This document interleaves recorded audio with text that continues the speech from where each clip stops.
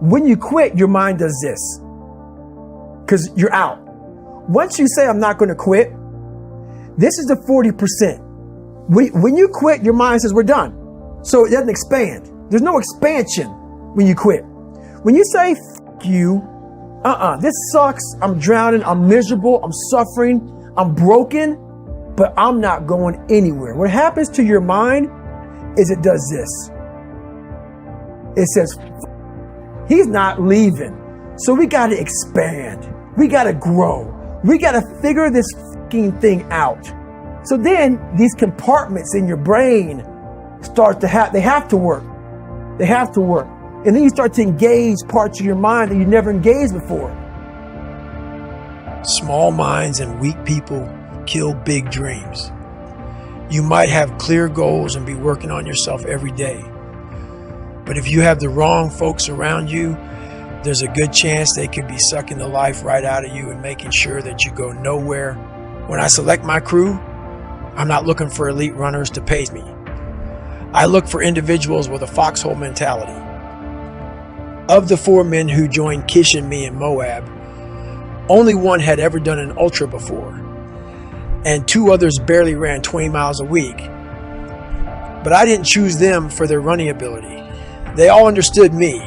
They appreciated my mindset, knew how far I was willing to go, and were ready to do whatever it took to get me there.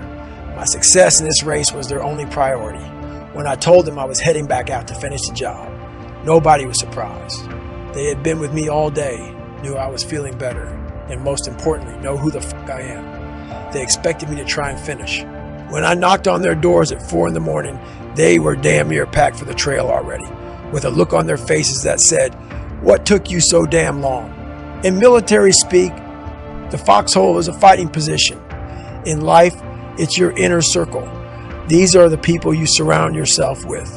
They know your history and are aware of your future goals and past limitations. But because it's a fighting position, a foxhole can just as easily become your grave. Therefore, it is crucial that you be careful about who you invite in. Whether you are at war, competing in a game, or striving in life, you never want someone in your foxhole who lacks faith or will try to steer you away from your full potential by giving you permission to pack it in or wave the white flag when shit looks bleak. You want the husband or wife who, when you snooze that alarm on a freezing midwinter morning before dawn, shakes you the f*** awake so you don't miss your training run. When you're dieting and whining about being bored of eating the same bland foods every day, they remind you of all the progress you have made, of all the hard work you have put in, and happily eat the same bland foods alongside you. When you say you're tired from all the late night studying, they stay up late with you to help you study. You want the type of race crew who, when you're suffering on the trail, are inspired by bearing witness to your struggle. They know it is proof of your effort. In turn, their refusal to give up on you can only inspire you to tap the reserves you'd forgotten were there and give more. They know the only time to shut down and walk away is after all options have been exhausted, even if that means yet another sleepless night or a last-minute change of schedule. When those are the motherfuckers in your foxhole, how can you not stay in the fight? Most people don't have a selection process for their foxhole.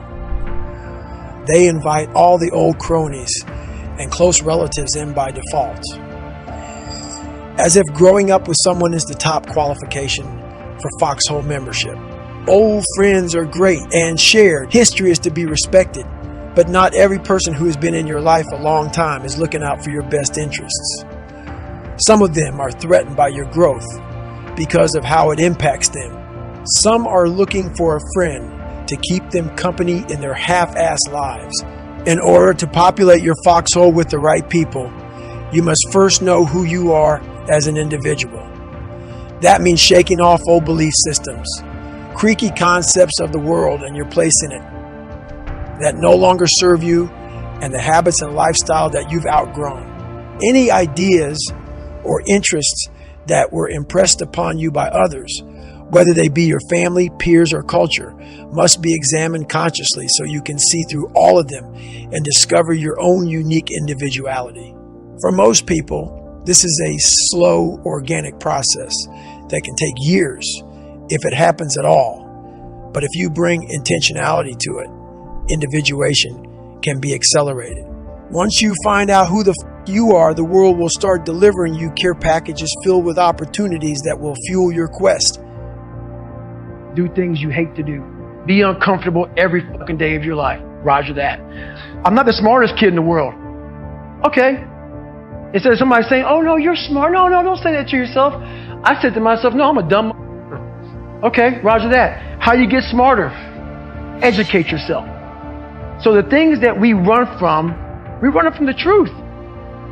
We're running from the truth, man. So the only way I became successful was going towards the truth. As painful and as brutal as it is, it changed me. It allowed me to become, in my own right, who I am today. In addition to power eating and spraying cockroaches, I did a lot of searching after I left the Air Force at 24 years old. I was looking for my place in the world and tried on different personas and subcultures. I explored becoming a wrestler. I got into powerlifting and thought about competing in that sport, but those weren't honest choices. I didn't burn with a desire to wrestle or lift heavy on stage. All I knew was that I didn't want to be David Goggins anymore. I wanted to be the hardest motherfucker ever to live. The problem was, I didn't know what the fuck that looked like. It was terrifying to admit that to anyone, including myself, because at the time, I was out of shape, working a low-wage job, and living well beyond my means. How the fuck do you go from that to hard motherfucker? I had no clue and wondered if I was delusional. Who the fuck gave me the right to have such an audacious dream?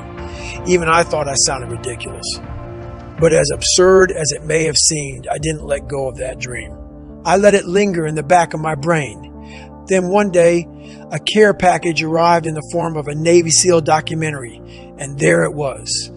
I finally found a place to start that might just lead to hard motherfucker territory.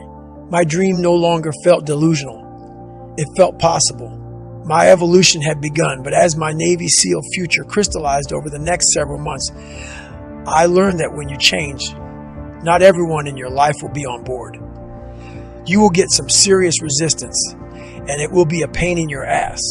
Everywhere I turned, I found family members, friends, and coworkers resistant to my evolution because they loved the Ecolab spraying, chocolate shake slurping fat ass. At 300 pounds, I made them feel much better about themselves, which is another way of saying they were holding me back. Years later, I learned how common that kind of thing is. Most of the men I recruited into the SEALs confided that their wives, girlfriends, or parents were dead set against something they wanted more than anything in the world.